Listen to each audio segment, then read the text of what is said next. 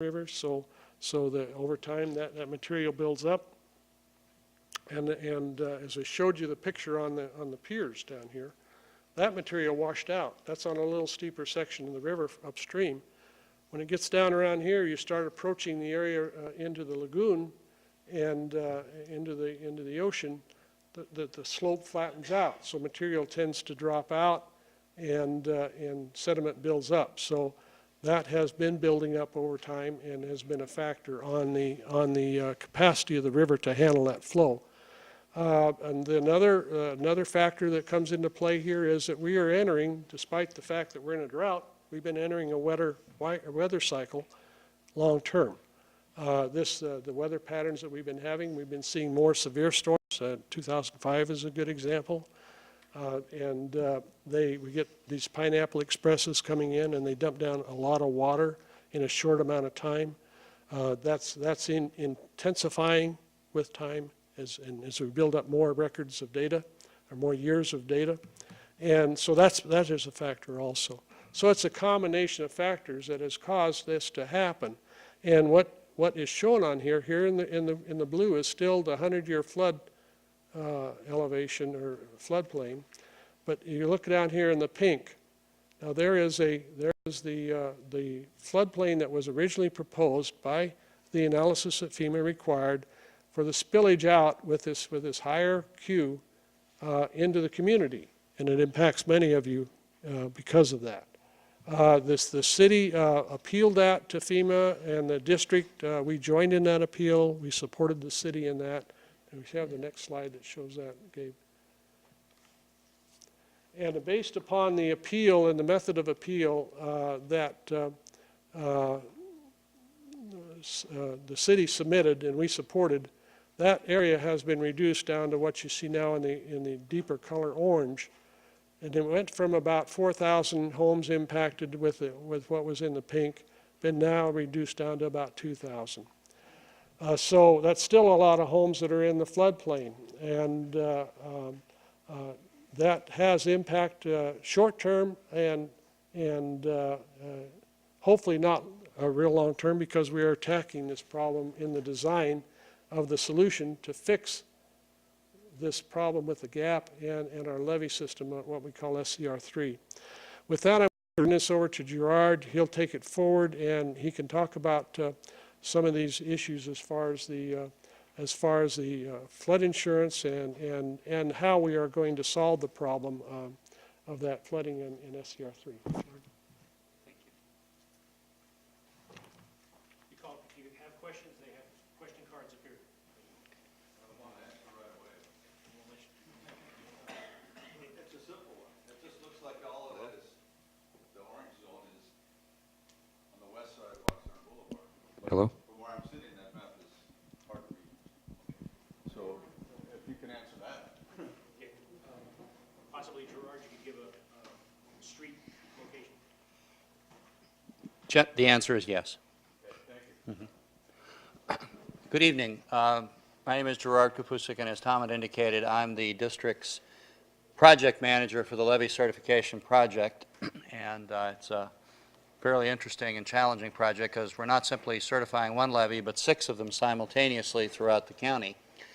I want to talk about a couple of insurance aspects of this, because I know that you're thinking about this after seeing the map in the area of risk and how it may or may not impact you. And then I'll get to the 2 specific levee projects that we have, and we'll finish up with our website and questions. I'll try to move at a fairly quick clip to give you ample time for questions and discussions. Let me just say, before we move into the insurance part, there's 2 parts of the federal interest in establishing the National Flood Insurance Program.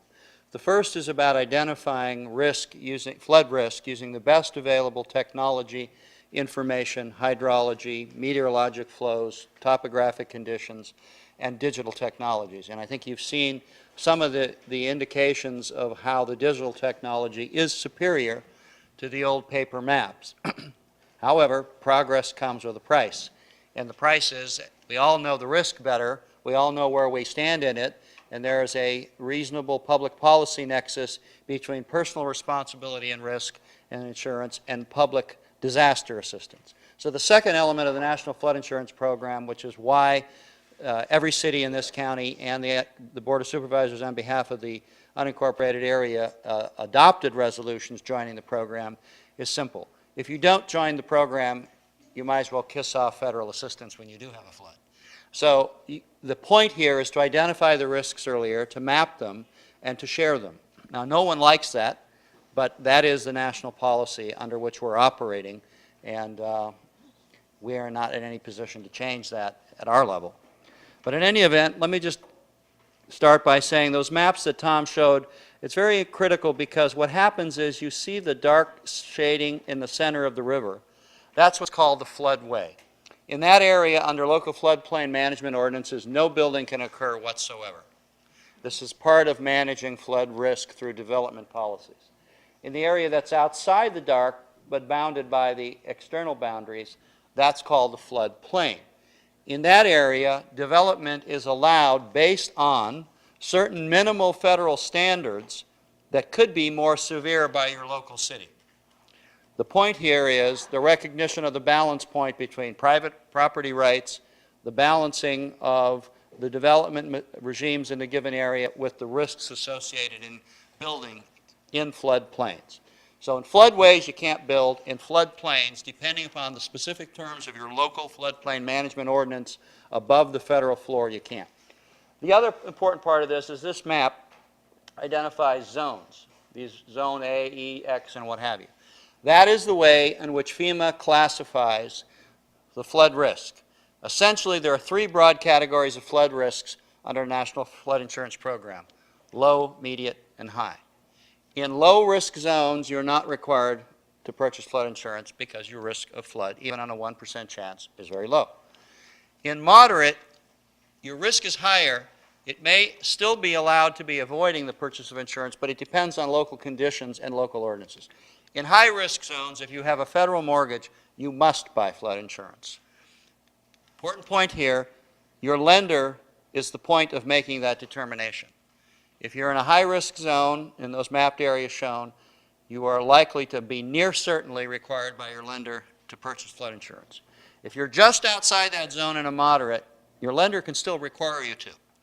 So your lender is in control if it's a federally backed mortgage. Next slide, please. As I indicated, insurance is optional in the name zones, B, C, and X, but mandatory in what are called the A zones, alluvial and riverine, and the V coastal zones. Coastal's obvious, but Oxnard is an entire alluvial plain. So floodplains occurring on the Oxnard alluvial floodplain area are in A zones. Next, please.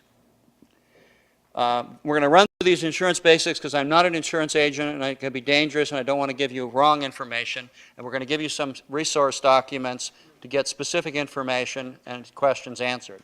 But in general, if your lender requires you to purchase it, the amounts of coverage are at a minimum available in these increments for building and contents.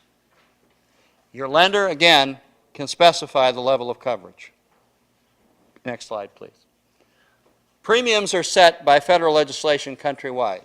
So it doesn't matter which insurance agent you have to purchase your flood insurance. What matters is the zone you're in and the level of risk and your elevation of your property within that zone. These are other factors identified that impact your insurance as well. Go ahead, please.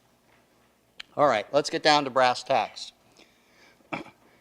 There are three policy types identified here. The first is the preferred risk, with the word below it, buy before. Remember that. We'll come back to that in a moment. The second is the standard X rate, commonly known as grandfather. Remember that. We'll come back to that in a moment. And the last is the zone A policy, buy after. You want to avoid that at all costs. The simple relationship is this. If you are in a 1% annual chance floodplain, or what's called a SFHA, Special Flood Hazard Area, you need to buy insurance if you evaluate your risk and your lender requires it before the effective date of the map. For all of you folks who may be in the orange area depicted here, the effective date of that map is January 10th, 2010.